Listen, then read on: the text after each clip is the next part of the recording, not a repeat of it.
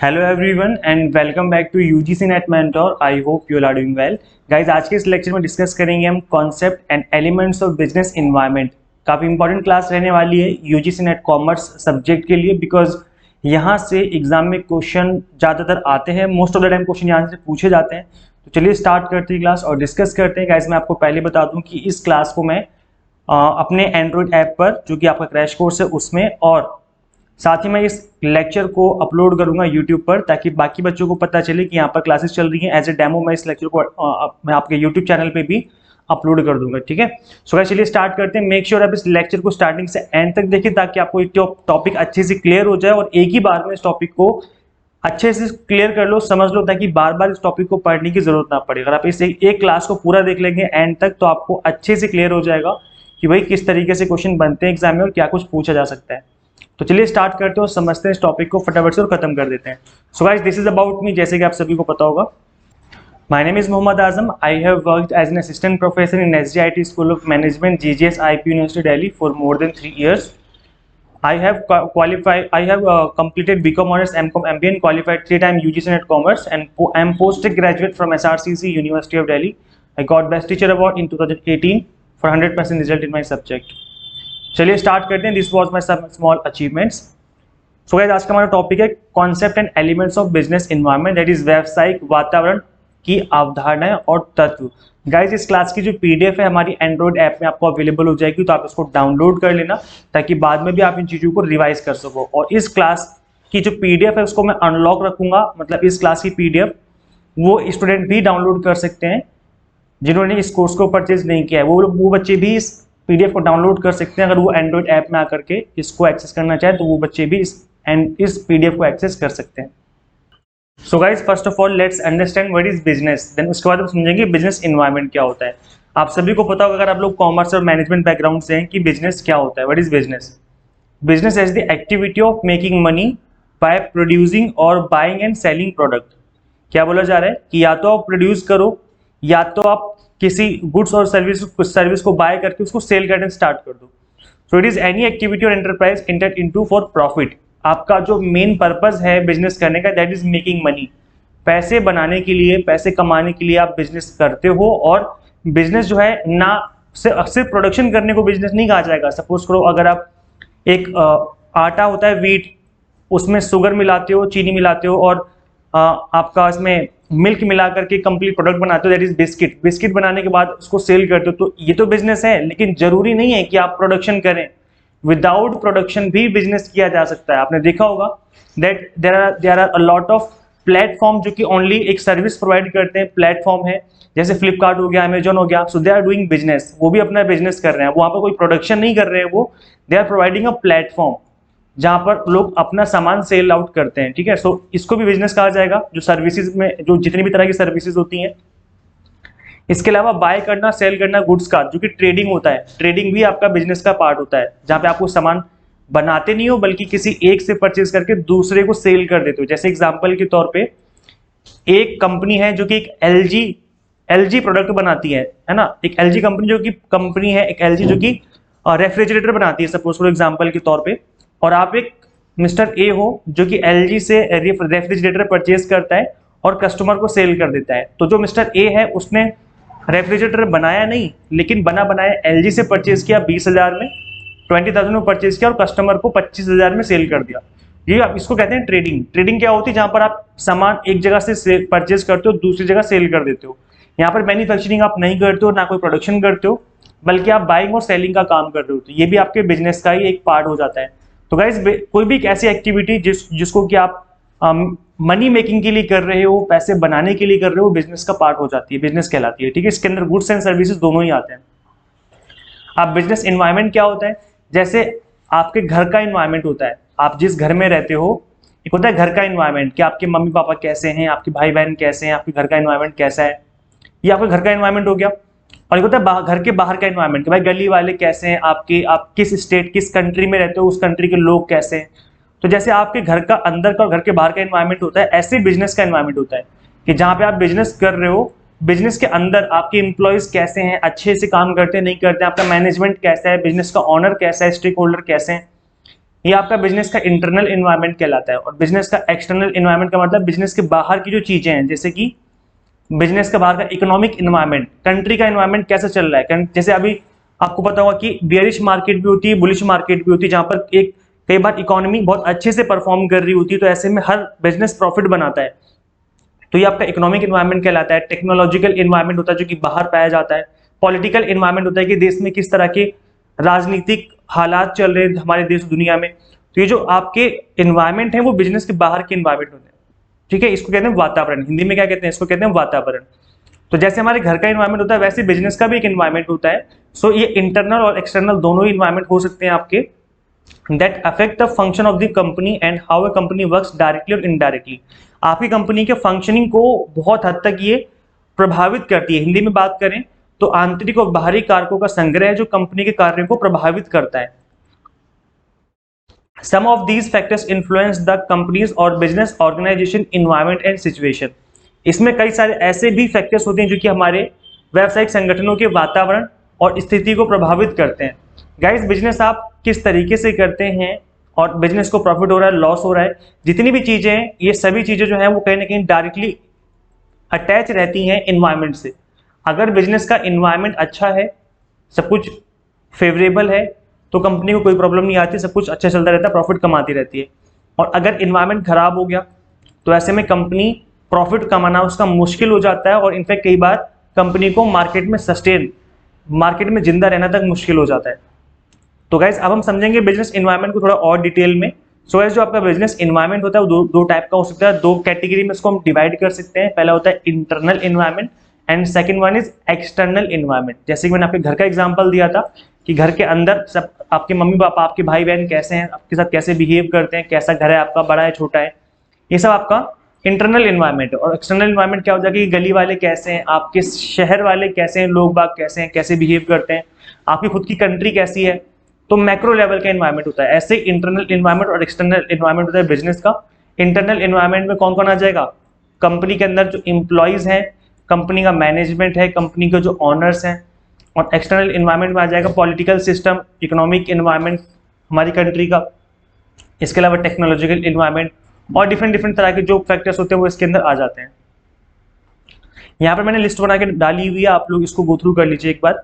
ये आपका internal environment है। जैसे कि तो गाइज यहाँ पर इंटरनल इन्वायरमेंट में क्या क्या आ जाएगा, कंपनी का वैल्यू सिस्टम, मतलब कंपनी में किस तरह की वैल्यू सिस्टम फॉलो किया जाता है। जैसे होता है ना कि इसको हम एक एग्जांपल से समझ सकते हैं। जैसे कि एग्जांपल के तौर पे एक गांव, एक विलेज है, जहां पर जो घर होते हैं, जो फैमिली होती है लोगों की, उसके अंदर जो बातें होती हैं वो उसी लेवल की होती हैं। लाइक उनका जो माइंडसेट है वो कहीं ना कहीं बंधा हुआ होगा, वो छोटे मतलब एक ट्रेडिशनल जो बातें हैं जो कि बहुत टाइम से फॉलो करते हुए आ रहे हैं उनको ही, उन विचारधाराओं को फॉलो करेंगे। और एक शहर में एक बहुत बड़ा घर है, एक शहर है जिसमें एक बहुत बड़ा घर है, एक हम कह सकते हैं कि विला टाइप एक बहुत बड़ा घर है। तो यहाँ पर गाइस जो इनका वैल्यू सिस्टम होगा, जो इनके सोचने की तरीके हैं, जो काम करने के तरीके हैं, जो एग्जीक्यूशन के तरीके हैं, जिस तरीके से लाइफ जीते हैं, वो बिल्कुल अलग होगा इनके कंपैरिजन में। यहाँ पर लोग बहुत मॉडर्न टाइप के लोग होंगे और जो कि बहुत फ्रीडम देते होंगे अपने बच्चों को, जबकि यहाँ पर इतनी फ्रीडम नहीं दी जाती है। तो this is the value system की किस तरीके की थिंकिंग है, क्या किस तरीके से जो है वो फंक्शनिंग होती है वहाँ पर। सो दिस इज वैल्यू सिस्टम। इसके बाद आता है आपका मिशन एंड ऑब्जेक्टिव को, भाई कंपनी का मिशन एंड ऑब्जेक्टिव क्या है। This is internal environment. अगर कंपनी का मिशन बहुत बड़ा है, इसका विजन बहुत बड़ा है, तो कंपनी बहुत स्पीड से ग्रो करती है और मतलब स्पीड इन द सेंस कि वो फोकस्ड रहते हैं कि भाई इतना बड़ा मिशन हमें अचीव करना है। ऑर्गेनाइजेशनल स्ट्रक्चर कैसा है कंपनी का, ये उसका इंटरनल मैटर है। आप इसको मैं और थोड़ा डिटेल में बताऊंगा अभी। कॉर्पोरेट कल्चर इसके अंदर आ जाता है, क्वालिटी ऑफ ह्यूमन रिसोर्स, आपके इंप्लॉयज कैसे हैं, मैनेजमेंट कैसा है, लेबर यूनियंस हो गए, physical resource and technological capabilities हो गई, सब इसके अंदर आ जाएगा। अब बात करेंगे हम एक्सटर्नल इन्वायरमेंट जो होता है वो दो टाइप का होता है, माइक्रो एंड मैक्रो। माइक्रो मतलब छोटे लेवल पे, जैसे कंपनी ऑर्गेनाइजेशन जो है वो उसका खुद का इन्वायरमेंट। कस्टमर का इन्वायरमेंट मतलब कस्टमर कैसे हैं, किस लेवल के हैं आपके। अगर कस्टमर बहुत लॉयल हैं आपके साथ, मतलब बहुत स्ट्रॉन्ग वैल्यू रखते हैं आपके साथ, बहुत ज़्यादा अटैच हैं, तो कंपनी प्रॉफिट कमाती है, क्योंकि वो कस्टमर लूज नहीं करती, अपने कस्टमर्स को छोड़ के नहीं जाते हैं। कॉम्पिटिटर कैसे हैं, अगर बहुत ज़्यादा टफ कॉम्पिटिशन है आपके फील्ड में, आपके जिस फील्ड में, जिस एरिया में आप काम कर रहे हो उसमें बहुत ज़्यादा कॉम्पिटिशन है, तो फिर ऐसे में प्रॉफिट कमाना मुश्किल हो जाता है, कई बार सस्टेन करना मुश्किल हो जाता है। मार्केट कैसी है, सप्लायर्स किस लेवल के हैं, क्या सप्लायर आपको टाइमली सप्लाई करते हैं और क्या कंपटीशन तो नहीं है उस एरिया में, इंटरमीडिएरीज किस लेवल के हैं, क्या आप जो सामान आप बनाते हैं क्या उनको ईजिली डिस्ट्रीब्यूट कर पाते हैं, कोई इशू तो नहीं आता। एक्सटर्नल इन्वायरमेंट जो होता है, इसमें मैक्रो इन्वायरमेंट जो गाइस है ये आपका बहुत बड़े लेवल का इन्वायरमेंट है, मतलब ये एक ऐसा इन्वायरमेंट है जिससे हर कंपनी फेस करती है। ये आपका एक कंपनी स्पेसिफिक हो सकता है, ये भी कंपनी स्पेसिफिक हो सकता है, लेकिन ये जो है this environment faced by all companies, जितनी भी तरह की कंपनी है एक कंट्री के अंदर, हर कंपनी इसको फेस करती है। अब ये गाइस क्या है, दिस इज इकोनॉमिक इन्वायरमेंट, कि भाई पूरी कंट्री की इकोनॉमिक हालात कैसे चल रहे हैं, पॉलिटिकल इन्वायरमेंट, पॉलिटिकल लीगल हम कह सकते हैं इसको एक साथ, कि भाई इंडिया की एक कंट्री के अंदर पॉलिटिकल इन्वायरमेंट कैसा है। जैसे आपको पता है मोदी जी की जो पॉलिसीज रहती हैं वो काफ़ी अच्छी रहती हैं, इन द सेंस कि वो बिजनेस को काफ़ी प्रमोट करते हैं। तो एक ऐसा इन्वायरमेंट है, फिर किसी दूसरी पार्टी का इन्वायरमेंट, कोई दूसरी पार्टी अगर आती है और सत्ता में आती है, तो उस केस में उसकी फिर अलग से पॉलिसीज बनाते हैं वो लोग। तो पॉलिटिकल इन्वायरमेंट बहुत ज़्यादा मैटर करता है। टेक्नोलॉजिकल इन्वायरमेंट कैसा है, ग्लोबल इन्वायरमेंट कैसा है, सोशियो कल्चरल एंड डेमोग्राफिक। तो ये जो इन्वायरमेंट है ये कंप्लीट आपके हर तरह के बिजनेस को फेस करने पड़ते हैं। चलिए इन सभी जितने भी आपने डिस्कस किया पे इन्वायरमेंट, इन सभी को थोड़ा डिटेल में डिस्कस करते हैं अभी। तो पहले हम बात करेंगे इंटरनल इन्वायरमेंट की, जो कि आपका value system, vision and mission, objective, organisational structure, corporate culture, human resource and physical resource, इनकी बात कर लेते हैं गाइस। तो यहाँ पर मैंने लिखा हुआ है, जो हिंदी मीडियम वाले बच्चे हैं वो भी एक बार गो थ्रू कर लें कि भाई क्या बोलते हैं इनको। अब मैं अभी इन सभी पॉइंट्स को एक एक करके एक्सप्लेन करता हूँ ताकि आपको चीजें अच्छे से समझ में आ जाए। पहला होता है आपका value system, this is internal environment. So value system consist of all those components that are part of regulatory framework. Guys exam में पता है क्वेश्चन कैसे बनते हैं, एग्जाम में क्वेश्चन ऐसे पूछा जा सकता है, जैसे आपको 4 फैक्टर गिवन होंगे, 1 2 3 4, पूछेंगे बताओ ये कौन सा इन्वायरमेंट है, इंटरनल है एक्सटर्नल है। आप जैसे पूछ लेंगे बताओ इन चारों में से कौन सा ऐसा फैक्टर है जो कि इंटरनल इन्वायरमेंट का पार्ट है। अब अगर आपको सारे पॉइंट्स याद हैं कि भाई ये जो पॉइंट्स हैं, ये जो फैक्टर्स होती हैं आपके इंटरनल इन्वायरमेंट होते हैं, जैसे मिशन एंड विजन है, ये आपका इंटरनल इन्वायरमेंट होता है। अब जिस बच्चे को पता होगा वो इस पर टिक लगा देगा कि भाई हाँ ये चलो मुझे पता है कि ये मिशन और जो विजन होते हैं ये आपके इंटरनल इन्वायरमेंट के पार्ट होते हैं। तो इस तरीके के क्वेश्चन भी एग्जाम में बन सकते हैं। कई बार एग्जाम्पल दे दिया जाता है कि बताओ ये कौन सा इन्वायरमेंट का पार्ट हो जाएगा। तो मैं एमसीक्यू के थ्रू प्रैक्टिस भी करवाऊंगा आप लोगों की, डोंट वरी। अभी मैं आपको थ्योरी पढ़ा रहा हूँ, फिर मैं एमसीक्यू के थ्रू प्रैक्टिस करवाऊंगा with explanation. Guys, value system consists of all those components that are part of regulatory framework such as culture, climate, work process, management practice and norms of organization। मतलब एक organisation के अंदर किस तरीके से काम किए जा रहे हैं, मतलब उसकी संस्कृति कैसी है, कि कार्य प्रक्रियाएं कैसी हैं, प्रबंधन प्रथाएं कैसी हैं। जैसे मैंने अभी आपको एग्जांपल दिया था कि एक विलेज एरिया में जाओगे तो वहाँ के जो घर होते हैं उनके जो सोचने के तरीके होते हैं लोगों के बहुत डिफरेंट होते हैं एज कम्पेयर विद सिटी। जो शहर में रहते हैं थोड़ा सा मॉडर्न ख्यालात के हो जाते हैं, तो उस तरीके से वो बहुत ज़्यादा फ्रीडम देते हैं अपने काम में। तो कई बार आपने देखा होगा कि कई कंपनियां ऐसी होती हैं कि जिनके अंदर बहुत ज़्यादा कंट्रोल रहता है, मतलब वो किसी को डिसीजन नहीं लेने देते, खुद डिसीजन लेते हैं। जो ऑनर है किसी दूसरे से पूछते तक नहीं, बहुत ज़्यादा कंट्रोल रखते हैं और जो डिसीजन है वो उसी तरीके से लिए जाते हैं जो उनकी संस्कृति, मतलब जो उनका कल्चर रहा है अभी तक, जैसे पहले होते हुए आया है वही वो अभी भी फॉलो कर रहे हैं। जबकि कुछ कंपनी ऐसी होती हैं जो कि बहुत उच्च, मतलब मॉडर्न ख्यालात के होते हैं, मतलब वो कहते हैं कि भाई हम डिसीजन मेकिंग में सभी को पार्ट ले सकते हैं डिसीजन मेकिंग में, जैसे एम्प्लॉयज वगैरह हो गए या जो आपके मैनेजर्स हो गए, वो अपना फीडबैक दे सकते हैं ताकि उनके पॉइंट्स को हम कंसिडर करें डिसीजन मेकिंग में। तो जो आपका रेगुलेटरी फ्रेमवर्क है और जो बाकी जो चीजें जो कि एक कंपनी को अंदर से अच्छा बनाती हैं या खराब बना सकती हैं, वो उसका वैल्यू सिस्टम होता है। जैसे गूगल है, तो गूगल के अंदर आप देखेंगे गूगल का वैल्यू सिस्टम बहुत जबरदस्त है। वो अपने एम्प्लॉयज को बहुत बड़े लेवल की फ्रीडम देते हैं, जो काम करवाना होता है वो काम करवाते हैं, उसके बाद वो इंजॉयमेंट का टाइम भी देते हैं कि भाई आप कंपनी के अंदर इंजॉय भी कर सकते हो। ये क्या है, बहुत ज्यादा मॉडर्न ख्यालात हो गए कि भाई आप कंपनी के अंदर एम्प्लॉय को काम के साथ साथ इंजॉयमेंट का मौका भी दे रहे हो। लेकिन कुछ कंपनी दबा के रखती है अपने एम्प्लॉयज को कि नहीं काम करना है 8 घंटे 10 घंटे काम करना है पेल के, उसके बाद चले जाओ घर अपने।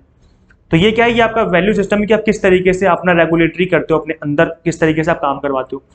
विजन, मिशन एंड ऑब्जेक्टिव्स क्या होते हैं गाइज, ये होता है कंपनीज का विजन क्या होता है कि फ्यूचर पोजीशन। हम कहते हैं ना कि आज से 10 साल बाद आप अपने आप को कहाँ देखते हो, ये वाला क्वेश्चन याद है, इंटरव्यू में पूछा जाता है कि आज से 5 साल बाद आप अपने आप को कहाँ देखते हो। दिस इज विजन, कि आने वाले 10 साल बाद आपकी कंपनी कितनी बड़ी हो जाएगी। कोई कंपनी जब स्टार्ट होती है तो उसका एक विजन होता है कि भाई आने वाले 5 साल के बाद हमें 50 करोड़ का हमारा टर्नओवर होना चाहिए। सो दिस इज विजन। उनको लगता है कि हमें इस फील्ड में टॉप में आना है, नंबर 1 आना है, दिस इज विजन। तो ये क्या आने वाले टाइम में आप अपनी फ्यूचर पोजीशन बता रहे हो कि आप क्या क्या अचीव करना चाहते हो, क्या डिजायर है आपके। मिशन क्या होता है, define the company's business and the reason for its existence. भाई कंपनी का बिजनेस क्या है, क्या काम करते हो आप। तो जैसे मैं एजुकेशन है, दिस इज माय मिशन कि मैं बच्चों को क्वालिटी एजुकेशन प्रोवाइड करूं, दिस इज माय मिशन। तो जो कंपनी का मेन काम है, जिसकी वजह से कंपनी सर्वाइव कर रही है, जो मेन काम है उसका, दैट इज मिशन। ऑब्जेक्टिव क्या होता है, implies ultimate aim of the company that will reach those ends. भाई क्या किस तरीके से आप इन चीजों को अचीव करेंगे, आपके उद्देश्य क्या है। ऑब्जेक्टिव्स को हिंदी में क्या कहते हैं, उद्देश्य। कि भाई आप अपने इन चीजों को अचीव करने के लिए क्या उद्देश्य, क्या है आपके, किस क्यों करना चाहते हैं आप ये काम, और किस तरीके से करना चाहते हैं। नेक्स्ट का जिसमें आता है आपका ऑर्गेनाइजेशनल स्ट्रक्चर। आपको पता है कि ऑर्गेनाइजेशन डिफरेंट डिफरेंट तरह के होते हैं। अगर आप कॉमर्स बैकग्राउंड से हैं, मैनेजमेंट बैकग्राउंड से, तो आपको आइडिया होगा। मैट्रिक्स स्ट्रक्चर होता है, functional structure, divisional structure, bureaucratic structure. Hindi में क्या बोलते हैं, मैट्रिक्स, कार्यात्मक, संभागीय, नौकरशाही संरचना। तो अलग अलग तरह की स्ट्रक्चर होते हैं जिसमें कंपनी अपने आप को ढाल सकती है और उसमें ढाल करके अपना जो काम है वो कंटिन्यू कर सकती है। तो हर स्ट्रक्चर के अपने अपने मेरिट्स और डीमेरिट्स होते हैं और कंपनी को उन मेरिट्स और डीमेरिट्स को फॉलो करना, मतलब फेस करना पड़ता है। और ये जो चीज़ें हैं वो कंपनी के इंटरनली रहती हैं। मतलब अगर ये कंपनी मैट्रिक्स स्ट्रक्चर अपनाती है तो उसका इंटरनल अफेयर है ये, उसको बाहर के लोगों को उसको लेने देना नहीं है। अगर कोई कंपनी फंक्शनल स्ट्रक्चर अपनाती है तो कंपनी का खुद का इन्वायरमेंट है, वो खुद कंपनी करे जो करे, भाई उसके एक्सटर्नल इन्वायरमेंट से क्या मतलब। तो जो ऑर्गेनाइजेशनल स्ट्रक्चर वो कंपनी का इंटरनल मैटर होता है। Corporate culture, that is corporate culture और otherwise called an organisational culture refers to the values, beliefs and behaviour. ये वैसे वही चीजें जो आपको वैल्यूज मैंने आपको बताई थी कि भाई कल्चर कैसा है। किसी किसी कंपनी में बहुत अच्छा कल्चर होता है, किसी किसी कंपनी का इतना अच्छा कल्चर नहीं होता है। जैसे मैं बात करूं एग्जांपल के तौर पे, अगर आप SBI विजिट करोगे या पंजाब नेशनल बैंक विजिट करोगे तो वो कहते हैं कि भाई हम कस्टमर को अच्छी सर्विस देते हैं और हम सब कुछ अच्छा करते हैं। तो कंपनी के जो बिलीव्स हैं, वैल्यूज हैं, वो अच्छे हैं, लेकिन रियलिटी ऐसी नहीं है। जब आप जाएंगे तो बहुत ज़्यादा भीड़ मिलती है, प्लस उस लेवल की सर्विस आपको प्रोवाइड नहीं की जाती है। तो उनका कॉर्पोरेट कल्चर ही ऐसा है। मतलब अगर सपोज करो, अगर आपकी जॉब लग जाती है SBI में, आप मिस्टर A हो और आपकी SBI में जॉब लग जाती है, तो आपके माइंड में क्या रहेगा, आपके माइंड में तो यही रहेगा ना कि भाई यहाँ तो काम ही ऐसे होता है तो मैं भी ऐसे ही काम करूंगा। तो कॉर्पोरेट कल्चर ही उनका ऐसा है। तो कोई भी इंप्लॉय उसके अंदर आ जाए वो सब ऐसे ही बिहेव करने स्टार्ट कर देते हैं। और सपोज करो कि येस बैंक है, एक प्राइवेट बैंक की बात करते हैं, येस बैंक, या फिर बात कर लो एक्सिस बैंक की, बात कर लो HDFC बैंक की। इनकी सर्विसेज बाकी बैंकों की सर्विसेज से काफी अच्छी क्वालिटी की होती है। बिकॉज यहाँ पे क्या होता है, प्राइवेट बैंक में एफिशिएंसी बहुत मैटर करती है और प्राइवेट बैंक के अंदर एम्प्लॉयज को बहुत ज्यादा ट्रेन भी किया जाता है कि भाई किस तरीके से आपको काम करना है। और उनका कल्चर ही ऐसा है, स्टार्टिंग से वो इन चीजों को अच्छे से फॉलो करते हुए आ रहे हैं। तो जब कोई नया एम्प्लॉय जाएगा तो वो भी इस कल्चर को फॉलो करेगा, जिससे उनकी जो सर्विसेज है वो और अच्छी होती जाती हैं। तो ये इनका इंटरनल मैटर है, कंपनी के इंटरनल पार्ट का मैटर है ये। ह्यूमन रिसोर्स क्या होते हैं, जो कंपनी के ह्यूमन है, मतलब उनके एम्प्लॉयज लोग हैं, तो वो कितने टैलेंटेड हैं, कितने स्किल्ड हैं, ये बहुत मैटर करता है। ये कंपनी का इंटरनल मैटर है। किसी किसी कंपनी में बहुत ज़्यादा अच्छे स्किल्स जो होती हैं एम्प्लॉयज़ की, वो पाई जाती है उनके अंदर। कई बार आपने देखा होगा कि कई बार कंपनी का जो मैनेजमेंट होता है, जो डिसीजन लेता है, वो बहुत ज़्यादा स्किल्ड होता है, बहुत अच्छे पीपल होते हैं, तो वो कंपनी को बहुत स्पीड से ग्रो करवाते हैं। तो ये भी कंपनी का इंटरनल मैटर रहता है। Physical resource and technological capabilities. Guys physical resource क्या होते हैं, जैसे टेंजिबल एसेट है, किसी कंपनी के पास बहुत बड़ी एसेट है तो उसको उसको उस लेवल का फायदा होता है, बिकॉज वो उसको यूज करते हैं अपने कंपनी के वर्किंग में। इसके अलावा गाइज जो अदर फिजिकल रिसोर्सेज है जो कि कंपनी को अवेलेबल रहते हैं, वो भी उनके लिए बहुत मैटर करते हैं। जैसे सपोज करो कंपनी A है और कंपनी B है, और कंपनी A जो है उसके पास, कंपनी A जो है वो कोका कोला बनाती है, सपोज करो एग्जांपल के तौर पे। कंपनी B एक नई कोल्ड ड्रिंक बनाती है, न्यू कंपनी एक मार्केट में उतरी है जो कि कोल्ड ड्रिंक बनाने का काम करती है। अब कोका कोला के पास बहुत बड़ी जमीन है, इनके पास बहुत बड़ा लैंड है जिसके ऊपर उन्होंने प्लांट लगाया हुआ है। इनके पास इतना बड़ा लैंड ही नहीं है, तो जब इनके पास लैंड नहीं होगा, जमीन नहीं होगी, तो कैसे काम करेंगे ये। तो अगर कंपनी के पास फिजिकल रिसोर्सेज अच्छे हैं तो भाई वो अच्छे से ग्रो करती है, अच्छे से इन चीज़ों को यूटिलाइज कर सकती है। तो उनका इंटरनल मैटर रहता है ये। और गाइस अगर हम बात करें टेक्नोलॉजिकल कैपेबिलिटीज की, तो कई बार कंपनी की खुद की टेक्नोलॉजी इतनी ज़्यादा स्ट्रांग होती है कि कोई इसको दूसरा कॉम्पिटिशन नहीं दे पाता है। इससे भी आप लोग अवेयर होगी कि कई बार क्या होता है, कंपनी खुद की R&D करती है, रिसर्च एंड डेवलपमेंट करती है। जैसे एग्जांपल के तौर पे अगर हम बात करें टेस्ला की, टेस्ला बहुत ज़्यादा पैसा खर्च करती है रिसर्च एंड डेवलपमेंट पर, बहुत एक बड़ा उनका बजट रहता है रिसर्च एंड डेवलपमेंट पर। तो कंपनी अगर खुद अपनी टेक्नोलॉजी इन्वेंट करती है, नई नई टेक्नोलॉजी लाती रहती है मार्केट में, तो उसको कंपटीशन देना बहुत मुश्किल हो जाता है। तो ये जो आपका टेक्नोलॉजिकल कैपेबिलिटीज है, ये भी इनका इंटरनल इन्वायरमेंट का पार्ट हो जाता है। अब ये वो टेक्नोलॉजी नहीं है जो कि मार्केट में बन रही है। समझना एग्जाम्पल के तौर पे, सपोज करो मैं यहाँ पे पढ़ा रहा हूँ आपको ऑनलाइन, तो अगर ऑनलाइन पढ़ाने की कोई नई टेक्नोलॉजी आ जाती है मार्केट में, तो दैट इज अनदर पार्ट। अब अगर मैं अपने हैंड पे अपने खुद के यूजीसी नेट मेंटोर के अंदर ही मैं कुछ नया ढूंढ लेता हूँ कि भाई किस तरीके से पढ़ाया जाता है कि बच्चों को और अच्छे समझ में आए, तो वो मेरी खुद की टेक्नोलॉजिकल कैपेबिलिटीज हो जाएंगी।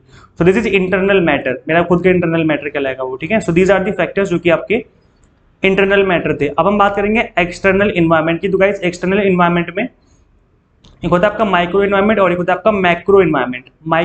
जो हिंदी मीडियम वाले बच्चे हैं वो घबराए नहीं, हिंदी मीडियम में मैंने नेक्स्ट स्लाइड में डाला हुआ है, तो आप हिंदी मीडियम वाले बच्चे नेक्स्ट स्लाइड में देख लेना एक बार।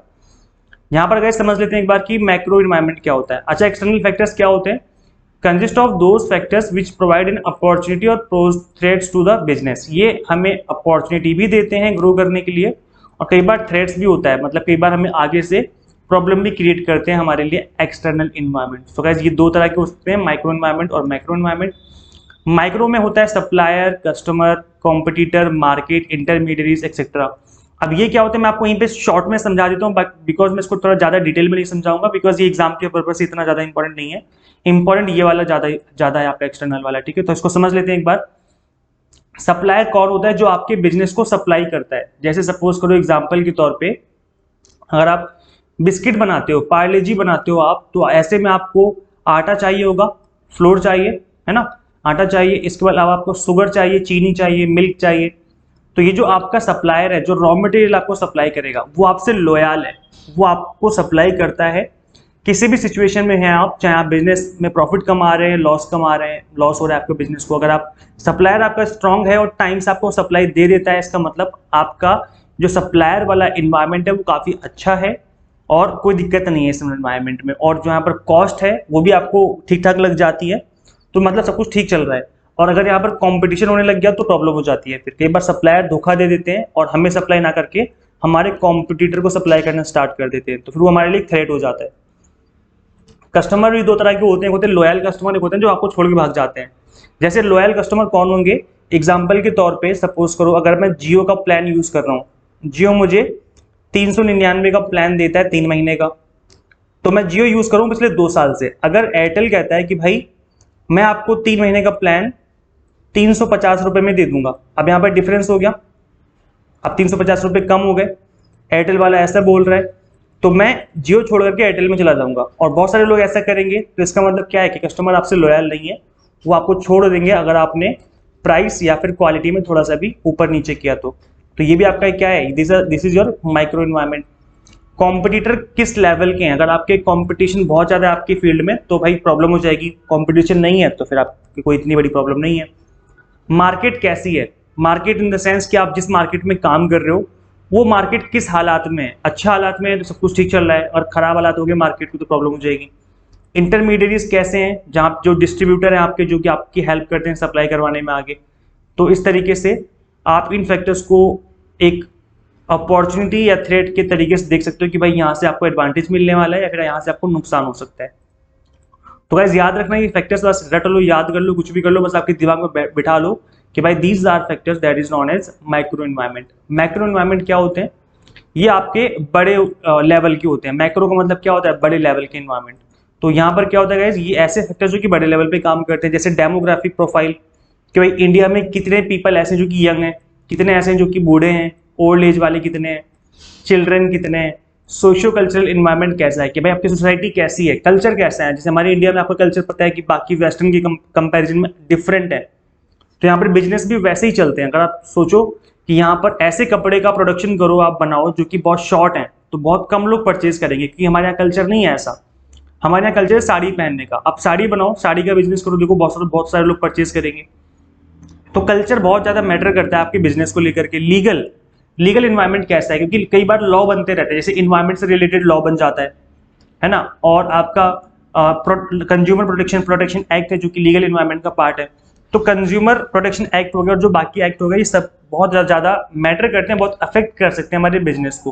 कई बार हम एडवर्टीजमेंट भी सही से नहीं कर पाते। आपने देखा होगा कई बार एडवर्टीजमेंट आपने देखा होगा कि ना, जैसे पेड़ से कूदती है हीरोइन और कहती है कि आपके टूथपेस्ट में नमक है, इस तरह की ऐड जो होती हैं। तो कई बार ये इस तरह की जो ऐड होती है इस पर रोक लगा दी जाती है कि भाई ये क्या चल रहा है, मतलब कुछ भी। तो आपका जो लीगल इन्वायरमेंट है भी काफ़ी मैटर करता है आपके फंक्शनिंग में, जो आपके बिजनेस फंक्शन करता है जिस तरीके से। पॉलिटिकल इन्वायरमेंट मैंने बता दिया, टेक्नोलॉजिकल इन्वायरमेंट, ग्लोबल इन्वायरमेंट, इन सभी को हम थोड़ा डिटेल में समझेंगे अभी, बिकॉज ये आपके एग्जाम के पर्पज थोड़ा सा इंपॉर्टेंट है। ठीक है, तो चलिए आगे कंटिन्यू करते हैं। हिंदी वाले बच्चे समझ में आ गए ना आपको? एक सूक्ष्म वातावरण होता है और एक होता है बड़ा वातावरण। सूक्ष्म वातावरण में कौन होते हैं? आपूर्तिकर्ता, ग्राहक, प्रतिस्पर्धी, बिचौलिए, ये सब आ जाएंगे। और बड़े वातावरण में कौन आ जाएंगे? सामाजिक, सांस्कृतिक, कानूनी, राजनीतिक, तकनीकी और वैश्विक वातावरण, ये सब शामिल हो जाएंगे इसके अंदर। चलिए गाइस हम समझ लेते हैं एक बार एक्सटर्नल इन्वायरमेंट, जिसको हम मैक्रो इन्वायरमेंट कहते हैं। इसको कई बार हम पेस्टल एनालिसिस भी कहते हैं। गाइस याद रखना, कई बार एग्जाम में पूछ लिया जाता है कि पेस्टल की फुल फॉर्म क्या है, या कई बार पूछ लेते हैं बताओ पेस्टल में एल क्या है, व्हाट इज एल। इस तरीके के क्वेश्चन भी बने हैं। तो pastel is your external environment के जो फैक्टर्स हैं, इसको हम पेस्टल के नाम से कई बार जानते हैं। तो पेस्टल एनालिसिस भी बोला जाता है। पी का मतलब होता है पॉलिटिकल इन्वायरमेंट, ई का मतलब होता है इकोनॉमिक इन्वायरमेंट, एस का मतलब होता है सोशल इन्वायरमेंट, टी का मतलब ई का मतलब है टी का मतलब है टेक्नोलॉजिकल इन्वायरमेंट, और एल का मतलब हो जाएगा लीगल इन्वायरमेंट। तो गाइस चलिए फटाफट से इन सभी फैक्टर्स को समझ लेते हैं कि क्या क्या फैक्टर्स होते हैं। पहला होता है पॉलिटिकल इन्वायरमेंट। पॉलिटिकल इन्वायरमेंट क्या होता है? जिस कंट्री में आप रह रहे हो, जिस कंट्री में आप अपने बिजनेस कर रहे हो, उस कंट्री का इन्वायरमेंट कैसा चल रहा है, वहां का की जो पॉलिटिकल पार्टी है जो कि अभी सत्ता में आई है, जो कि रूलिंग पार्टी है, उसकी खुद की पॉलिसीज होती हैं जो कि वो बनाती रहती है कंट्री के लिए, है ना। जैसे हमारी बीजेपी की जो पॉलिसी है वो काफी अच्छी मानी जाती है, काफी बिजनेस के पर्पज से काफी अच्छी पॉलिसी मानी जाती है। अब गाइस जो इनकी पॉलिसी होती है वो टैक्स से रिलेटेड पॉलिसी हो सकती है। कई बार गवर्नमेंट टैक्स की पॉलिसी चेंज कर देती है आकर कि भाई जो पहले वाली पार्टी थी उसकी टैक्स की अलग पॉलिसी थी, हम अलग तरीके से टैक्स कलेक्शन करेंगे। तो ये टैक्स की पॉलिसी हो सकती है इनकी। ट्रेड रिस्ट्रिक्शन हो सकते हैं कि बार गवर्नमेंट मना कर देती है कि भाई हम शराब बेचना बंद कर देंगे। याद है आपको, किसी किसी स्टेट में शराब बंद हो गया है बेचना। बताओ बताओ कौन कौन से स्टेट हैं ऐसे, सोचो अपने मन में। काफी सारे ऐसे स्टेट इंडिया में जहां पर शराब बेचना बंद किया जा चुका है। तो ये ट्रेड रिस्ट्रिक्शन लगा देती है पॉलिटिकल पार्टी जो बनती हैं। टैरिफ लगा देती है कि भाई एक स्टेट से अगर दूसरे स्टेट में बेचने जाओगे तो आपको टैरिफ देना पड़ेगा। जैसे दिल्ली गवर्नमेंट, अगर दिल्ली में आपकी कंपनी है और अगर दिल्ली का सामान आप नोएडा बेचने जाओगे तो मतलब आप यूपी में सेल करने जा रहे हो। तो ऐसे में अगर यूपी गवर्नमेंट कहती है कि भाई अगर आप हमारी स्टेट में सेल करने आओगे तो हम आपसे टैक्स लेंगे, तो ये टैरिफ वगैरह लगा दी कई बार पॉलिटिकल पार्टी लगा देती है अपने ऊपर। और पॉलिटिकल स्टेबिलिटी बहुत जरूरी होती है। पॉलिटिकल स्टेबिलिटी का मतलब होता है कि भाई एक पार्टी कितने टाइम तक रूलिंग रहती है। जैसे सपोज करो बीजेपी है, बीजेपी की पार्टी बनी और वो 1 साल तक रही, फिर खत्म हो गई, उन्होंने अपना जो मेजोरिटी थी वो लॉस कर दिया। फिर कांग्रेस बन जाती है, कांग्रेस 6 महीने तक रहती है, फिर उसने लॉस कर दिया। फिर उसके बाद आम आदमी पार्टी बन जाती है, फिर वो 2 महीने रही, फिर खत्म कर दिया। तो ये क्या है, एक स्टेबल इन्वायरमेंट नहीं है, एक पार्टी लंबे टाइम तक नहीं टिक पा रही है। तो इससे भी बहुत ज्यादा बिजनेस अफेक्ट होता है, बिकॉज हर पार्टी की अलग अलग पॉलिसीज होती हैं, तो ऐसे में प्रॉब्लम हो जाती है। तो पॉलिटिकल स्टेबिलिटी बहुत जरूरी है। अगर एक पार्टी रूलिंग पार्टी है तो एटलीस्ट वो 5 साल तक रहे, काम करे अपने, एटलीस्ट 5 साल तक रहे। फिर वो 10 साल 15 साल भी रह सकती है, लेकिन एटलीस्ट 5 साल रहे ताकि बिजनेस में एक स्टेबिलिटी आ जाए। नेक्स्ट क्या इसमें आता है आपका इकोनॉमिक फैक्टर्स। इकोनॉमिक क्या होते हैं? इंटरेस्ट रेट इसके अंदर आता है, आपका एक्सचेंज रेट हो गए, इन्फ्लेशन रेट हो गया, रॉ मटेरियल कॉस्ट, इंप्लॉयमेंट और अनएम्प्लॉयमेंट रेट आ गए। तो जितनी भी चीजें जो कि इकोनॉमिक से रिलेटेड रहती हैं, जैसे इंटरेस्ट रेट का मतलब है कि ब्याज रेट क्या चल रहा है, क्योंकि इंटरेस्ट जो रेट होता है उस पर लोन लिए जाते हैं, लोन दिए जाते हैं, बहुत मैटर करता है इकोनॉमिक इंटरेस्ट रेट। आपका एक्सचेंज रेट जो कि आपका एक डॉलर का कंपैरिजन में, रुपीस के कंपैरिजन में जो एक्सचेंज रेट है वो भी बहुत मैटर करता है इंपोर्ट एक्सपोर्ट को लेकर के। इन्फ्लेशन रेट क्या चल रहा है, महंगाई का जो रेट चल रहा है वो भी बहुत मैटर करता है। आप बिकॉज आपका रॉ मटेरियल परचेज किया जाएगा उस रेट पे, फिर अगर आप रॉ मटेरियल ही महंगा आएगा तो फिर आप सामान आगे महंगा सेल करोगे, तो वो आपके बिजनेस को बहुत अफेक्ट करता है। तो इन्फ्लेशन बहुत मैटर करता है। रॉ मटेरियल कॉस्ट कितनी है, एम्प्लॉयमेंट और अनएम्प्लॉयमेंट रेट क्या चल रहा है। अगर अनएम्प्लॉयमेंट है बहुत ज्यादा तो प्रॉब्लम रहती है, एम्प्लॉयमेंट लेवल ठीक चला तो सब कुछ ठीक रहता है। सोसाइटल जो होता है दैट इज कल्चरल भी कह सकते हो आप। सोसाइटल और कल्चरल एक ही बात इसी के अंदर डाल दिया गया है इसको। इसके अंदर आपका डेमोग्राफिक वाला भी इसी पॉइंट के अंदर डाल दिया इन्होंने। तो इसके अंदर पॉपुलेशन ग्रोथ रहती है कि भाई एज डिस्ट्रीब्यूशन क्या है। अगर सपोज करो इंडिया में बहुत ज्यादा यंग पीपल है, अगर एक ऐसी जनगणना हो जिसमें यह बताया जाए कि भाई इंडिया में 80% जो लोग हैं वो यंग है। 80% जो लोग हैं वो कैसे हैं, वो यंग है। तो आपकी कंपनी अगर यंग लोगों को फोकस करके सामान बेचती है, ऐसे सामान बनाती है जो कि यंग लोग यूज करते हैं, तो ऐसे में आपकी कंपनी को तो मजे आ गए, क्योंकि आपको क्या पता लगा कि भाई 80% जो लोग हैं वो तो यंग रहते हैं। तो एज डिस्ट्रीब्यूशन जो है बहुत मैटर करता है कंपनी के बिजनेस के लिए। एजुकेशन लेवल कैसा है सोसाइटी में, अगर लोग एजुकेटेड हैं तो वो उसी तरीके से डिसीजन लेते हैं सामान परचेज करने में।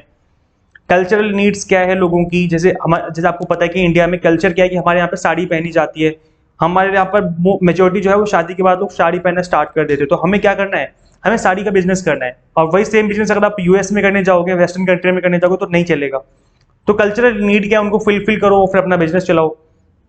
चेंज इन लाइफ स्टाइल, जैसे कि आपको पता चला कि भाई इंडिया में जीन्स लोग अब प्रेफर करते हैं। अब पहले जो लोग पैंट पहनते थे ढीली ढीली, जो पैंट बहुत ज्यादा ढीली हुआ करती थी, उसका जो ट्रेंड था वो खत्म हो चुका है। तो अब क्या लाइफ स्टाइल में चेंज आ रहा है, लोग जीन्स पहनना प्रेफर कर रहे हैं, तो आप जीन्स का बिजनेस कर सकते हो। ठीक है। और अगर आपका खादी का बिजनेस है, अगर आप ऐसे कपड़े बनाते हो जो कि पुराने जमाने के, तो फिर कोई पहनेगा ही नहीं, आपका बिजनेस बहुत ज्यादा अफेक्ट करेगा अगर लाइफस्टाइल चेंज हो जाता है लोगों का। तो ये भी बहुत ज्यादा मैटर करता है। ये आपका एक्सटर्नल इन्वायरमेंट है। देन आपका आता है टेक्नोलॉजिकल इन्वायरमेंट। ये इन्वायरमेंट कैसा होता है, technology development, automation and R&D, that is research and development. Guys यहाँ पर टेक्नोलॉजी किस लेवल की बन रही है मार्केट में, बिकॉज आपको पता है कि टेक्नोलॉजी बहुत स्पीड से चेंज हो रही है आज के टाइम पर। जैसी कोई नई चीज बनती है अगले दिन कोई नई चीज बन के आ जाती है मार्केट में। तो टेक्नोलॉजी बहुत स्पीड से चेंज हो रही है। एक बात याद रखना, जितना एडवांस टेक्नोलॉजी होगी उतना ही ज्यादा हमारे बिजनेस में एफिशिएंसी आती है और कॉस्ट कम हो जाती है हमारी प्रोडक्शन की। तो टेक्नोलॉजिकल इन्वायरमेंट जो है वो हमारी कंपनी को बहुत ज्यादा अफेक्ट करता है। रिसर्च एंड डेवलपमेंट जो होता रहता है मार्केट में हमारी खुद की कंपनी के अंदर, वो हमारे बिजनेस को बहुत ज्यादा अफेक्ट कर सकता है। ये सुनो, जैसे एग्जांपल के तौर पर चलो एक एग्जांपल ले लेता हूं मैं यहाँ पर। नोकिया कंपनी है। नोकिया एक बहुत अच्छी कंपनी थी, बिजनेस अच्छा चल रहा था उसका, लेकिन उसकी टेक्नोलॉजी इतनी एडवांस नहीं हो पाई जितनी कि बाकी कंपनियों ने एंड्रॉइड वर्जन पे आने के बाद चीजों को एडवांस कर दिया। तो जैसे एंड्रॉइड लॉन्च किया गूगल का एंड्रॉइड, जैसे गूगल ने एंड्रॉइड लॉन्च किया, मैक्सिमम कंपनियों ने क्या किया, उसका यूज करते हुए अपने एंड्रॉइड फोन बनाने स्टार्ट कर दिया और नोकिया का जो बिजनेस था वो डाउन हो गया। तो टेक्नोलॉजी बहुत मैटर करती है और टेक्नोलॉजी का यूज नहीं किया नोकिया ने, इस वजह से उसकी कंपनी डाउन हो गई। तो जो टेक्नोलॉजिकल इन्वायरमेंट है, आप देख सकते हैं किस हद तक आपके बिजनेस को अफेक्ट कर सकता है। तो अगर नई टेक्नोलॉजी आती है मार्केट में और उसके अकॉर्डिंग आपका बिजनेस उसको अपने आप को नहीं ढालता है, तो आपका बिजनेस पीछे रह जाएगा। तो इस तरीके से जो आपका बिजनेस है बहुत ज्यादा अफेक्ट हो सकता है टेक्नोलॉजिकल इन्वायरमेंट से। नेक्स्ट क्या जिसमें आता है, ई का मतलब होता है इन्वायरमेंट। इन्वायरमेंट का मतलब होता है कि भाई आपका वातावरण कैसा है, पर्यावरण जिसको कहते हैं पर्यावरण, मतलब बहुत जो हमारे देश दुनिया का, हमारे इंडिया का कैसा वातावरण है, मतलब पर्यावरण कैसा है। जैसे क्लाइमेट हो गया, वेदर हो गया, रिसोर्स कंजम्पशन, वेस्ट एमिशन, तो ये किस लेवल के हैं। जैसे कि आपको पता है कि आज के टाइम पर CO2 को एमिट करना बहुत हद तक मना किया जा रहा है ना। इसके लिए कानून भी बनाए जा रहे हैं कि भाई कार्बन एमिशन कम से कम किया जाए। अगर आपका बिजनेस कार्बन एमिशन करता है तो फिर आपके लिए तो गलत हो गया ना, आपका बिजनेस बहुत ज्यादा अफेक्ट करेगा इन चीजों को लेकर के। तो आप भी मतलब जो आपका बिजनेस है वो अगर ऐसा है जो कि बिजनेस आपका इन्वायरमेंट को बहुत ज्यादा हार्म नहीं करता है, तो ऐसे में ज्यादा प्रॉब्लम फेस नहीं करनी पड़ेगी और सब कुछ ठीक ठाक चलता रहता है। अदरवाइज आपके बिजनेस को काफी हद तक नुकसान हो सकता है इन चीजों को लेकर के। नेक्स्ट आता है आपका लीगल इन्वायरमेंट। लीगल इन्वायरमेंट का मतलब है कि जो आपका लॉ है, जो कानून है, वो टाइम टू टाइम चेंज होता रहता है या अपडेट होता रहता है। तो उसके अकॉर्डिंग आपके बिजनेस को ध्यान में रखना पड़ता है कि भाई किस तरीके के कानून बनते जा रहे हैं। डिस्क्रिमिनेशन लॉ है, जैसे कंज्यूमर लॉ हो गया, कंज्यूमर प्रोटेक्शन एक्ट में बात कर रहा था अभी, एंटी ट्रस्ट लॉ हो गया, एम्प्लॉयमेंट लॉ हो गया, हेल्थ एंड सेफ्टी लॉ हो गया। तो इन सभी लॉज को फॉलो करना होता है आपके बिजनेस को। और अगर ये लॉ ऐसे बना दिए जाए जो कि आपके बिजनेस को एडवर्सली अफेक्ट कर सकते हैं, तो ऐसे में प्रॉब्लम हो जाती है। जैसे मैं एग्जांपल ले रहा था अभी कि भाई लीगल इन्वायरमेंट में कंज्यूमर प्रोटेक्शन एक्ट में बोला गया कि भाई मिसलीडिंग एडवर्टीजमेंट नहीं करवाई जानी चाहिए। एक ऐसी एडवर्टीजमेंट जो कि मिसलीड करती है ऑडियंस को, ऐसी एडवर्टाइज ना करें। तो ये क्या है, एक कानूनन तौर पे ऐसा बोला गया, तो अब आप एडवर्टाइज नहीं कर सकते उस तरीके से। अब आपको तरीके से एथिकल चीजों को ध्यान में रख करके ही एडवर्टाइज करना पड़ेगा। तो लीगल इन्वायरमेंट भी आपके बिजनेस फंक्शनिंग को काफी हद तक अफेक्ट कर सकती है। तो गाइस आई होप समझ में आ गया होगा पेस्टल एनालिसिस क्या होता है। दीज आर द फैक्टर्स, और इनको हम एक्सटर्नल इन्वायरमेंट के नाम से भी जानते हैं, जिसको हम मैक्रो इन्वायरमेंट भी कहते हैं। आई होप क्लियर हो गया होगा। अच्छी बात है, क्लियर हो गया। चलिए आगे बढ़ते हैं। और जो हिंदी मीडियम वाले बच्चे समझ में आ गया ना आप लोगों को, इजी है ना। पॉलिटिकल का मतलब हो गया राजनीतिक, इकोनॉमिक का मतलब हो गया आर्थिक, सामाजिक, और टेक्नोलॉजिकल इन्वायरमेंट। तो यहाँ पर ये जो फैक्टर्स हैं आई थिंक सभी को समझ में आ गए होंगे, बिकॉज इसमें इतना कुछ वो है नहीं कि मत हिंदी इंग्लिश इससे ज़्यादा इतना मैटर करता नहीं है। जो फैक्टर्स हैं आई थिंक आपको समझ में आ गए होंगे ना। चलिए आगे बढ़ते हैं और नेक्स्ट टॉपिक समझते हैं, that is economic policies, monetary and physical policy. Guys economic policy आपके सिलेबस में मेंशन है और एग्जाम में डायरेक्ट क्वेश्चन यहाँ से कई बार बन जाते हैं। तो एक बार हम लोग आर्थिक नीतियां देख लेते हैं कितनी तरह की होती है। तो दो तरह की होती है, मौद्रिक और राजकोषीय। गवर्नमेंट पॉलिसी, फिजिकल पॉलिसी और मॉनेटरी पॉलिसी। तो फिजिकल मतलब राजकोषीय नीति और मौद्रिक मतलब मॉनेटरी पॉलिसी। क्या बोला मैंने? राजकोषीय नीति मतलब फिजिकल पॉलिसी, मौद्रिक नीति मतलब मॉनेटरी पॉलिसी। तो दो तरह की पॉलिसी जिनको हमें यहाँ पर समझना है। फिजिकल पॉलिसी में टैक्सेस होते हैं और स्पेंडिंग होती है, और मॉनेटरी पॉलिसी में आपकी इंटरेस्ट और मनी सप्लाई आती है। मतलब इसमें मनी फ्लो को कंट्रोल किया जाता है, जबकि इसके अंदर टैक्स और गवर्नमेंट एक्सपेंडिचर पे ध्यान दिया जाता है। तो कई बार एग्जाम में डायरेक्ट क्वेश्चन बन जाता है कि फिजिकल पॉलिसी के कंपोनेंट्स क्या हैं, कौन से टूल्स हैं इसके। तो इसके अंदर टूल्स क्या होते हैं? टैक्सेस और गवर्नमेंट स्पेंडिंग, यानी कि पब्लिक स्पेंडिंग। और मनी पॉलिसी में क्या हो, मॉनेटरी पॉलिसी में जनरली हम मनी फ्लो को कंट्रोल करते हैं, मनी सप्लाई को कंट्रोल करते हैं, जो कि इंटरेस्ट और मनी सप्लाई को ध्यान में रख करके इनको किया जाता है। तो इनके कुछ टूल्स हैं जिनको कि हमें समझना है। तो चलिए समझते हैं फटाफट से। सो गाइस फिजिकल पॉलिसी क्या होती है? Is the guiding force that helps the government decide how much money it should spend to support the economic activity and how much revenue it must earn from the system to keep the wheels of the economy running smoothly. क्या बोला जा रहा है कि भाई government spending और government revenue collection जो कि टैक्स की फॉर्मेट में होता है, इन चीजों को ध्यान में रख करके फिजिकल पॉलिसी को डिजाइन किया जाता है। कई बार गवर्नमेंट टैक्स के रेट बढ़ा देती है, कई बार टैक्स के रेट कम कर दिए जाते हैं, कई बार गवर्नमेंट ज्यादा खर्चा करती है, ज्यादा एक्सपेंडिचर करती है, कई बार गवर्नमेंट खर्चा कम करना स्टार्ट कर देती है। तो ये जो आपकी पॉलिसी है वो गवर्नमेंट हमारी इकोनॉमिक कंडीशंस को ध्यान में रख करके बनाती है कि इकोनॉमी में किस तरीके की चल रही है, मतलब प्रॉब्लम तो नहीं हो रही कोई, इकोनॉमिक जो इकोनॉमी है वो रन करती रहे स्मूथली, इसको ध्यान में रख करके पॉलिसी बनाई जाती है। ठीक है, मॉनेटरी पॉलिसी कैसी होती है? अच्छा यहाँ पर इसकी एप्लीकेशन क्या है, बिकॉज फिजिकल पॉलिसी की एप्लीकेशन समझनी भी जरूरी है कि भाई जब इन्फ्लेशन आता है, महंगाई आती है, तब गवर्नमेंट क्या करती है। जब महंगाई आती है तो ऐसे में गवर्नमेंट जो आपका टैक्स होता है, जो रिवेन्यू होता है, टैक्स के रेट बढ़ा देती है। टैक्स के रेट बढ़ जाएंगे तो आपको ज़्यादा टैक्स पे करना पड़ेगा। जब आप ज़्यादा टैक्स पे करेंगे गवर्नमेंट को, तो आपके पास जो डिस्पोजेबल इनकम है, जो आपके पास मनी बचती है आपकी इनकम से टैक्स पे करने के बाद, वो कम अमाउंट में बचेगी। इसका मतलब है कि आप मार्केट में डिमांड कम करेंगे, डिमांड कम होगी तो महंगाई कंट्रोल हो जाती है, इन्फ्लेशन कम हो जाता है, तो टैक्स रेट बढ़ा दिए जाते हैं। सो this is the application of physical policy. इसको हम नेक्स्ट क्लास में डिस्कस करेंगे, बिकॉज मैं एक क्लास की जो लेंथ है वो 30 से 40 मिनट के बीच में रखूंगा, बिकॉज ज्यादा लंबी क्लास हो जाएगी तो आप लोग भी बोर हो जाएंगे और मैं भी कई बार थक जाता हूँ पढ़ाने में। लंबी क्लास देखो पढ़ा सकता हूँ मैं, 1 घंटे 1.5 घंटे भी हो सकता है, लेकिन आप लोग बोर हो जाएंगे। तो ऐसे में जो क्लास की लेंथ है वो मैं 30 से 40 मिनट की ही रखूंगा, ताकि जो चीजें हैं वो थोड़ा सा अट्रैक्टिव रहे और इन द सेंस कि आपको चीजें समझ में आए, बिकॉज ज्यादा देर तक हमारा माइंड भी एक जगह पे नहीं टिक पाता, हम भटक जाते हैं। तो 30 से 40 मिनट की लेंथ रहेगी। तो आज की क्लास में हम बस इनकी डेफिनेशन समझेंगे, नेक्स्ट क्लास में हम इसकी एप्लीकेशन समझेंगे और इसके टूल्स समझेंगे कि मॉनेटरी पॉलिसी के जैसे कैश रिजर्व रेशियो हो गया, रेपो रेट, बैंक रेट, वो सब हम नेक्स्ट क्लास में समझेंगे। गाइस इसके अंदर अगर हम बात करें मॉनेटरी पॉलिसी की, तो ये क्या होती है? It is the control of the quantity of money available in economy. क्या बोला जा रहा है कि एक अर्थव्यवस्था में उपलब्ध धन की मात्रा और उन चैनलों का नियंत्रण है, मतलब धन की मात्रा को नियंत्रित करती है मॉनेटरी पॉलिसी। मनी फ्लो और मनी क्वांटिटी को क्या करती है? कंट्रोल करती है। तो by managing the money supply a central bank aim to influence macro economic factors including inflation, the rate of consumption, economic growth and overall liquidity. तो guys यहाँ पर जो मनी सप्लाई है उसको कंट्रोल किया जाता है, जिसका यूज करते हुए एक जो हमारी सेंट्रल बैंक होती है जो कि मॉनेटरी पॉलिसी बनाती है, ये इन्फ्लेशन को कंट्रोल करती है, महंगाई को कंट्रोल करती है, रेट ऑफ कंजम्पशन को कंट्रोल करती है कि भाई ज़्यादा डिमांड ना की जाए या डिमांड बढ़ाई जाए, मार्केट में डिमांड कम की जाए। तो ये आपकी एप्लीकेशंस हो जाती है। इकोनॉमिक ग्रोथ ज़्यादा करनी है, कम करनी है, ये भी आपके मनी फ्लो पे डिपेंड करता है। तो ये जो जितने भी इसके एप्लीकेशन है वो हम नेक्स्ट क्लास में डिस्कस करेंगे, जो पार्ट 2 होगा इस सेम टॉपिक का। सो आई होप गाइज आपको समझ में आ गया होगा कि फिजिकल पॉलिसी, राजकोषीय नीति और मौद्रिक नीति जो होती है वो क्या होती है। इनको याद कर लो अच्छे से, ये एग्जाम की पर्पज से बहुत ज्यादा इंपॉर्टेंट है। मैं इसके बीच में आपको थोड़ा सा डिफरेंस बता देता हूँ कि क्या डिफरेंस होता है इन दोनों के बीच में। फिजिकल पॉलिसी बनाती है सेंट्रल गवर्नमेंट। कौन बनाती है? फाइनेंस मिनिस्ट्री, जो कि टैक्स से रिलेटेड होती है, गवर्नमेंट स्पेंडिंग से रिलेटेड होती है। मॉनेटरी पॉलिसी बनाती है हमारी सेंट्रल बैंक, जो आरबीआई है इंडिया में, तो ये बनाती है गवर्नमेंट। फिजिकल पॉलिसी बनाएगी गवर्नमेंट, जो कि टैक्स और गवर्नमेंट स्पेंडिंग, पब्लिक एक्सपेंडिचर से रिलेटेड होता है। मॉनेटरी पॉलिसी बनाती है central bank, that is RBI, जो कि हम इंटरेस्ट रेट और मनी सप्लाई से रिलेटेड होती है।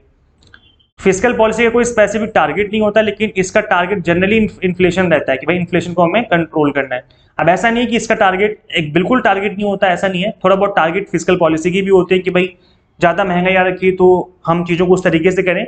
बट कई बार क्या होता है, फिजिकल पॉलिसी क्योंकि गवर्नमेंट बनाती है तो government as a welfare agency काम करती है। गवर्नमेंट क्या है? एक वेलफेयर एजेंसी है, तो फिर वो पब्लिक का ज्यादा वेलफेयर सोचती है, ना कि बाकी फैक्टर्स को ध्यान में कम रखती है ना। Next 5, physical policy side effect on government budget and borrowing. Government के बजट पे बहुत बड़ा साइड इफेक्ट हो जाता है इनका, कई बार डेफिसिट बजट हो जाता है, क्योंकि कई बार गवर्नमेंट को ज्यादा खर्चा करना पड़ता है। जैसे कि मैंने बताया कि गवर्नमेंट एक आपकी वेलफेयर एजेंसी होती है, तो वो पब्लिक के भलाई के लिए ज्यादा पैसे खर्च कर देती है, तो इस वजह से उसका डेफिसिट में चला जाता है बजट, बोरो करना पड़ जाता है कई बार गवर्नमेंट को। मॉनेटरी पॉलिसी के side effect on exchange rate and housing market. Exchange rate पे बहुत ज्यादा असर पड़ता है। हाउसिंग, जब आप लोन लेते हो ना, तो लोन पे क्योंकि इंटरेस्ट रेट वाला की मतलब से रिलेटेड है ये, तो इसलिए हाउसिंग मार्केट और एक्सचेंज रेट पे बहुत ज्यादा असर पड़ता है मॉनेटरी पॉलिसी का। Strong political dimension to exchanging tax rate. Strong मतलब कोई रूलिंग पार्टी जो आएगी, नई पार्टी, उसके अलग टैक्स रेट हो सकते हैं, किसी दूसरी पार्टी के अलग टैक्स रेट हो सकते हैं, तो ये बहुत मैटर करता है कि पॉलिटिकल पार्टी कौन सी है। जबकि ये इंडिपेंडेंट होती है पॉलिटिकल प्रोसेस से, क्योंकि ये एक बैंक है आरबीआई, जो कि पॉलिसी बनाती है, और आरबीआई कोई पॉलिटिकल पार्टी नहीं है, ना ही इसके अंदर कोई नेता जाता है काम करने। इसके गवर्नर होते हैं जो कि इसके डिसीजन लेते हैं। तो ये जो है काफी हद तक अलग होती है आपके पॉलिटिकल इन्वायरमेंट से। ठीक है, सो आई होप चीजें समझ में आ गई होंगी। गाइज आज हमने बस बेसिक समझा है मॉनेटरी पॉलिसी, फिजिकल पॉलिसी का। नेक्स्ट क्लास में हम इसका समझेंगे इसके एप्लीकेशंस, क्योंकि एप्लीकेशन एग्जाम के पर्पज से ज्यादा इंपॉर्टेंट है। जैसे मॉनेटरी पॉलिसी के अंदर ओपन मार्केट ऑपरेशन होता है, बैंक रेट होता है और रेपो रेट होता है, और इसके अलावा cash reserve ratio, statutory liquid ratio, इसको सबको हम एक एक करके समझेंगे डिटेल में, बिकॉज ये सब आपके एग्जाम के पर्पज से बहुत ज्यादा इंपॉर्टेंट है। गाइज मैं ट्राई करूंगा कि यहाँ पर मैं आपको इजी से इजी तरीके से विद एग्जाम्पल समझा सकूं, पढ़ा सकूं। हर टॉपिक को हम अच्छे से कवर करेंगे, और मैं थ्योरी कराने के बाद at the end, her unit के एंड में मैं एमसीक्यूज की प्रैक्टिस भी आपको करवाऊंगा विद एक्सप्लेनेशन, ताकि आपको समझ में आ जाए कि एग्जाम में किस तरीके के क्वेश्चन बनते हैं, और आपकी जो प्रिपरेशन है वो बिल्कुल नेक्स्ट लेवल पे जा सके। तो गाइज अगर आप इस लेक्चर को ऐप में देख रहे हो तो अच्छी बात है, और अगर आप इस लेक्चर को यूट्यूब पर देख रहे हो तो फटाफट से ज्वाइन कर लो क्रैश कोर्स को। इस ऐप का लिंक मैं दे दूंगा इस वीडियो के डिस्क्रिप्शन बॉक्स में, ताकि आप इस ऐप को इंस्टॉल कर लें और अपनी प्रिपरेशन स्टार्ट कर लें। So guys believe in your self, anything is possible. आप खुद में बिलीव करें, पॉजिटिव सोचें, डेफिनेटली आप कुछ भी अचीव कर सकते हैं। हर चीज दुनिया में पॉसिबल है, बस पॉजिटिव रहना है और उसके लिए काम करना है, हार्डवर्क करना जरूरी है। पॉजिटिव रहते हैं, ये नहीं कि सिर्फ पॉजिटिव रहना है, नहीं, पॉजिटिव रहने के साथ साथ आपको एक्शन लेना भी जरूरी है, आपको काम करने की जरूरत है। जैसे अभी आप कॉमर्स के स्टूडेंट हो, यूजीसी नेट की प्रिपरेशन कर रहे हो, तो आपको इन लेक्चर्स को ध्यान से अच्छे से पढ़ने की जरूरत है, समझने की जरूरत है। और मैं आपको रिकमेंड करूंगा कि एटलीस्ट हर लेक्चर को आपको मिनिमम 2 बार देखना ही देखना है। एक बार देख लो, फिर एक बार रिवीजन के टाइम पे देख लेना। रिवीजन भी करनी है तो मिनिमम 2 बार आपको इन लेक्चर्स को देखना ही पड़ेगा, तभी आपको चीजें अच्छे से समझ में आती हैं, अच्छे से आपके दिमाग में बैठ जाती हैं। ठीक है, so guys thank you so much for watching this class, share this platform to all UGC NET and JRF SET aspirants. Guys इस लेक्चर में इतना ही, मिलते हैं नेक्स्ट क्लास में। Till then keep watching UGC NET mentor. Thank you so much.